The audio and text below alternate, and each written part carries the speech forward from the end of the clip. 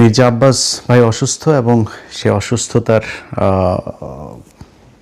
কারণে অনেকেই সোশ্যাল মিডিয়াতে বিভিন্ন জায়গাতেই দেখলাম, বিশেষ করে সম্ভবত যারা বিএনপির ভাই বোনেরা আছেন তারা বোধহয় বেশিরভাগ এইসব লেখাগুলো লিখছেন যে নাসিরউদ্দিন পাটোয়ারি হচ্ছে গিয়ে এই মির্জা আব্বাসের অসুস্থতার জন্য কারণ।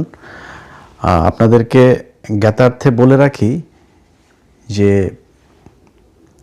মির্জা আব্বাস 2026 সালের 12ই ফেব্রুয়ারি যে নির্বাচনটা হয়েছে সেই নির্বাচনে উনি জনগণের ভোটে এমপি হন নাই।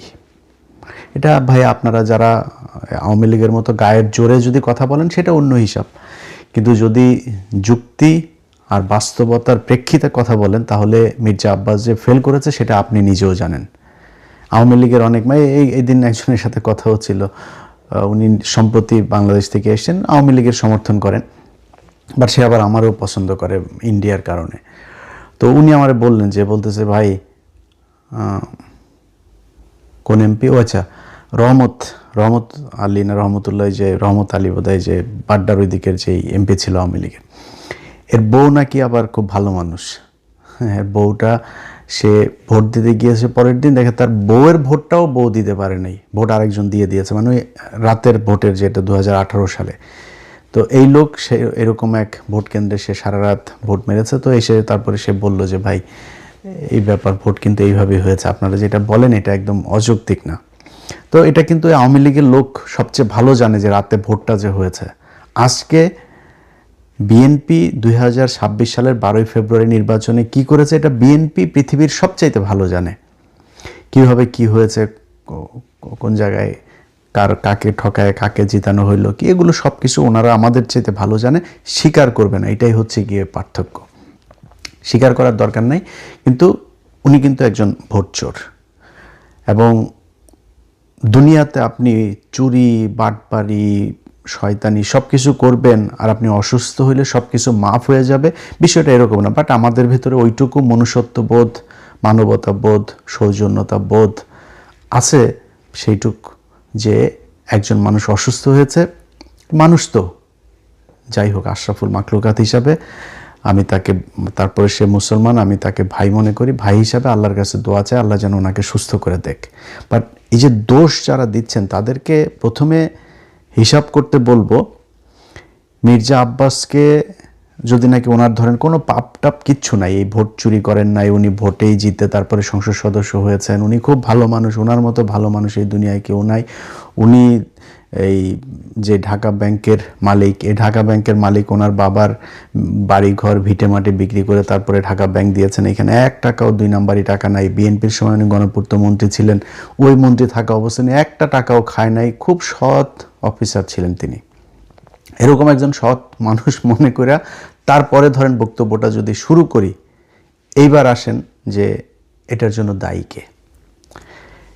মির্জা আব্বাসের এই যে মনোনয়ন, এই মনোনয়ন পাওয়া নিয়েও কিন্তু দলের ভেতরে ওনাকে না দেওয়ার পক্ষে লোক ছিল। জিজ্ঞেস করেন বিএনপি লোকজনের, যারা বিএনপি, আমরা তো ভাই মানে আওয়ামী বিরোধী ছিলাম, বিএনপির সাথে তো আমাদের সম্প্রতি সম্পর্ক, বিএনপি আমাদেরকে শত্রু মনে করে, বাট বিএনপির ভেতরে তো অনেক বন্ধু বান্ধব আছে, অনেক সূত্র আছে, অনেক সাথে এখনো ভালো সম্পর্ক আছে, ওনাদের কাছে জিজ্ঞেস করেন আপনারা। ওনার স্ত্রী আফরোজা বেগম, উনি আপনার এমপি নির্বাচন করতে চেয়েছিলেন, যেখানে ওই যে হাবিবুর আছে না, ছাত্রলীগের সাবেক ছাত্রলীগের যে হাবিবুর, এই হাবিব হচ্ছে গিয়ে আপনার ওই আসনে আফরোজা চেয়েছিলেন, মানে মির্জা আব্বাসের স্ত্রী, ওনার পুরো নামটা আমার মনে নেই, ওনার স্ত্রী চেয়েছিলেন ওইখানে দাঁড়াইতে, খুব চেষ্টা করেছেন, ওনাকে দেওয়া হয় নাই। মির্জা আব্বাস এমপি হওয়ার পরে মন্ত্রণালয়ে মানে মন্ত্রিসভা গঠন হইল, সেই মন্ত্রিসভার ওইখানে কি মির্জা আব্বাসকে মন্ত্রণালয়ে দেওয়া হয়েছে? বলেন, আপনারা বলেন। বিএনপির যারা মির্জা আব্বাসের দেখলাম ওনারা দেখার জন্য সোজা প্রধানমন্ত্রী নিজেও গিয়েছেন ইয়েতে দেখা করার জন্য, হসপিটালে দেখা করার জন্য, তো উনি খুব গুরুত্বপূর্ণ এই কারণেই তো গিয়েছেন। তো ঠিক আছে, আমরা ধরে নিলাম যে ওনাকে বিএনপি খুব পছন্দ করত, ওনাকে মন্ত্রী পদমর্যাদায় উপদেষ্টা বানানো হলো। এই আওয়ামী লীগের সময় মনে আছে আপনাদের একবার ওই যে দপ্তরবিহীন মন্ত্রী একজন ছিল, কে যেন আমি ভুলে গেছি এই লোকটার নাম, কাউকে একজনকে দপ্তরবিহীন মন্ত্রী বানানো হয়েছিল, সুরঞ্জিত সেন গুপ্ত টুপ্ত বা কাউকে একজনকে, আমার মনে নাই তার নাম। তার নিয়ে আমরা খুব হাসাহাসি করতাম, ট্রল করতাম ফেসবুকে। তো এই যে মির্জা আব্বাস, গয়েশ্বরচন্দ্র রায়, এরকম কয়েকজনকে দপ্তরবিহীন মানে এই মন্ত্রীর পদমর্যাদায় উপদেষ্টা বানিয়েছে না, এটা কিন্তু গালের মধ্যে একটা জুতা মারা। মির্জা আব্বাস ওই জুতায় কতটা কষ্ট পেয়েছেন সেটা আপনারা মানে বাস্তবতা দিয়ে আপনাদেরকে আমি বুঝাই দেই। আপনাদের মনে আছে গয়েশ্বরচন্দ্র রায় এই উপদেশটা বানানোর পরের দিন একটা বক্তব্য দিয়েছিল, মনে আছে আপনাদের? পৃথিবীতে যতদিন বেঁচে থাকবে কোনোদিন গয়েশ্বরচন্দ্র রায় মন্ত্রী হবেন না। উনি নিজে বলেছেন আমি কোনোদিন মন্ত্রী হব না যতদিন পৃথিবীতে বেঁচে থাকব। কত কষ্ট পেলে তারপরে একজন মানুষ এই কথা বলতে হবে। আপনার কি মনে হয় না মির্জা আব্বাসও ওই একই রকম কষ্ট পেয়েছে? মির্জা আব্বাসও পেয়েছে। অতএব মির্জা আব্বাসের যদি নাকি এই কষ্ট, এই ব্রেনের উপরে যে চাপ, এই চাপ যদি কেউ দিয়ে থাকে সেটা বিএনপি দিয়েছে, নাসিরউদ্দিন পাটোয়ারি দেয়নি। এখন তারপরও আপনারা ধরেন তর্কের খাতিরে যদি তর্ক করতে যান, নাসিরউদ্দিন পাটোয়ারিকে এখন অনেকে বলছেন মামলা টামলা করবেন, ওনার বিরুদ্ধে কথাবার্তা বলছেন।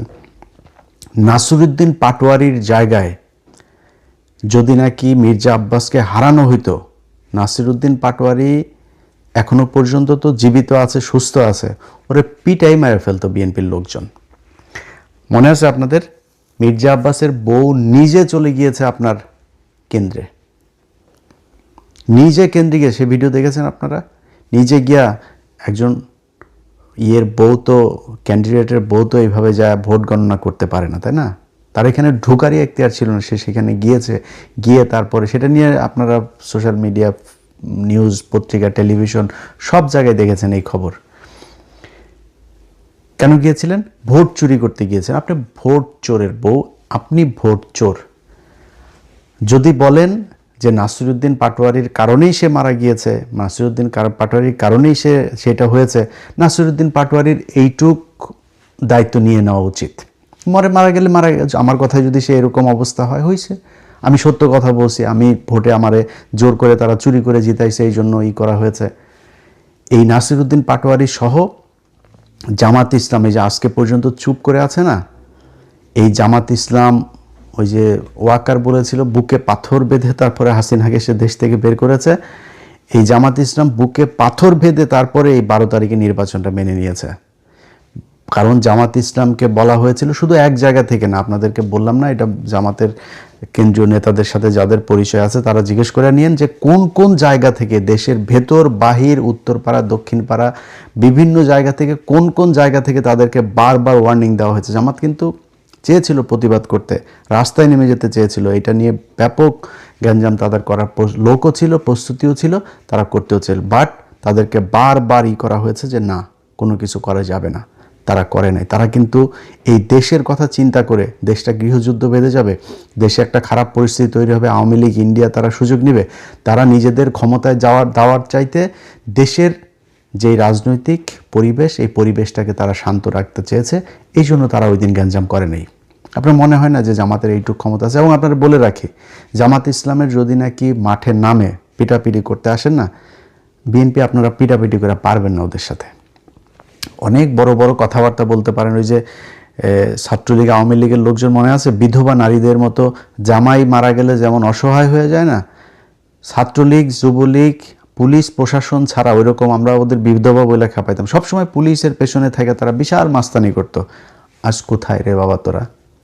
তোদের পুলিশ বাপ নাই আর সেনাবাহিনীর বাপেরা নাই, আজকে তোরা কোথায়? রাস্তায় আয়, আজকে তো রাস্তায় যাইতে পারিস না। তোর মারে খেদানোর পরে যখন বুঝছিস সরকার ক্ষমতায় নাই, 3 মিনিটের মধ্যে সারা দেশ থেকে তোরা উধাও হয়ে গেলি। এইরকম আন্ডা বাচ্চা সহ পৃথিবীর ইতিহাসে কোনোদিন এরকম হয়নি।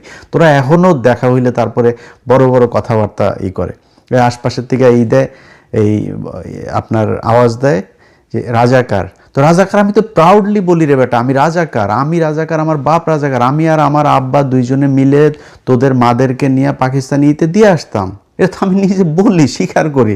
আমি কি বলদ, তোর বলদ মনে হয় আমারে? আমি ঠকবো কেন? আমি আর আমার বাবা দুজন মিলে পাকিস্তান ক্যাম্পে দিয়ে আসতাম, মানে কি তোদের মাদের বোনদেরকে মেয়েদেরকে দিয়ে আসতাম। তাহলে এখন পাকিস্তানের বীজ হলি কারা? তোরা। তো তোরা রাজাকার বললে আমি তো প্রাউড ফিল করি। তুই আমার যেটা বলে খেপাইতে চাই ওটা তো আমি খেপি না। কি হবে? তুই রাজাকার বলবি, আমি তোরে বলবো তোর মা তো বিয়ে ছাড়া মোদির সাথে যায় শুইতেছে, তোরা তো ওইটা আনতে পারিস না। তোদের মারে তোদের আপারে আন, এটা তো আনতে পারিস না। তো এটা বলে ওনারা করতে চায়। যাই হোক, সেই রাজাকারের ওই ওই আলাপে গেলে আবার অনেক অন্যদিকে চলে যাবে। তো এখন এই মির্জা আব্বাসের বিষয়ে যদি নাকি এখন মনে করেন জামাত ইসলাম মাঠে ওই দিন খারাপ কাজ করতো, তাহলে দেশের পরিস্থিতিটা খারাপ হইতো। বিএনপি হইলে এই ধৈর্য জীবনও দেখাইতো না। হেরে তারপরে বিএনপি জিতে আজকে করছে, ক্ষমতায় আছে, ভোটে হেরে। শুনেন, যেই সব জায়গায় 3000, 4000, 5000 এরকম হয়েছে 57টা না 54টা আসনে। আপনার মনে, তারেক রহমান প্রধানমন্ত্রী, সেই প্রধানমন্ত্রী খালেদুজ্জামান ভাইয়ের কাছে জিতেছে হচ্ছে 5000 ভোটে। এটা আপনার বিশ্বাস হয়? আপনি কাউন্ট করেন প্রথম দিকের কেন্দ্রগুলোর ফলাফল আর শেষে একই সাথে 17টা কেন্দ্রের ফলাফল দিয়ে দেওয়া হইলো। কেন? ওগুলিতে সব করাতে তারেক রহমান আগায়, সব করাতে। আর প্রথমে যেগুলো ইন্ডিভিজুয়ালি কেন্দ্রগুলো করা হইলো, সব করাতে খালেদুজ্জামান ভাই আগায়। এটা আপনাদের বিশ্বাস হয়? তো কেমনে হয়েছেন, কেমনে ক্ষমতায় গেছেন, সমস্যা নাই, কোনো সমস্যা নেই। তারপরেও তারেক রহমান এখন পর্যন্ত সোফার যা কিছু করছে খারাপ লাগছে না। খালি একটাই অনুরোধ থাকবে, আওয়ামী লীগ আর ইন্ডিয়ারে নিয়ে আসেন। আর কোনো জায়গায় কোনো কিছুতে কোনো আপত্তি নাই, কোনো কষ্ট নাই, কোনো অভিযোগ নাই, কিচ্ছু থাকবে না। শুধু আওয়ামী লীগ আর ইন্ডিয়ার ব্যাপারে আমরা কিন্তু এখনও দেখছি। যদি মনে হয় বা দেখি যে আওয়ামী লীগ এবং ইন্ডিয়াকে আপনারা আবার ফেরি করতে যাচ্ছেন, তাহলে কিন্তু সেই আওয়ামী লীগের সাথে যেরকম বিদ্রোহ করেছিলাম ওই বিদ্রোহ কিন্তু আবার শুরু হবে। আমরা তো এখনও দেখছি। এবং এখন পর্যন্ত যেটা বললাম যে এটা আবার বলাতে আবার আমাদের অনেক লোকজন আবার করে, ভাই ইলিয়াস ভাই আপনি বিএনপি ক্ষমতায় আসছে দেখে মনে হয় চামচামি শুরু করলেন বিএনপির পক্ষে। ভাই এই পরীক্ষা গত 10 বছর ধরে দিচ্ছে, এটা নতুন করে পরীক্ষা দেন, সামনেও দেখবেন। তারেক রহমান যদি ইন্ডিয়ার কাছে যদি বিক্রি না হয় আমার কোনো সমস্যা নেই। তবে সামনে নির্বাচনে গেলে আবারও দাঁড়িপাল্লার পক্ষে ভোট চাবো, এটা আপনাদের আগেই বলে রাখি। কারণ বিএনপির চাইতে জামাতকে যদি আপনি আমার কম্পেয়ার করতে বলেন, তাহলে আমার কাছে মনে হয় জামাতের লোকজন বেশি অনেস্ট।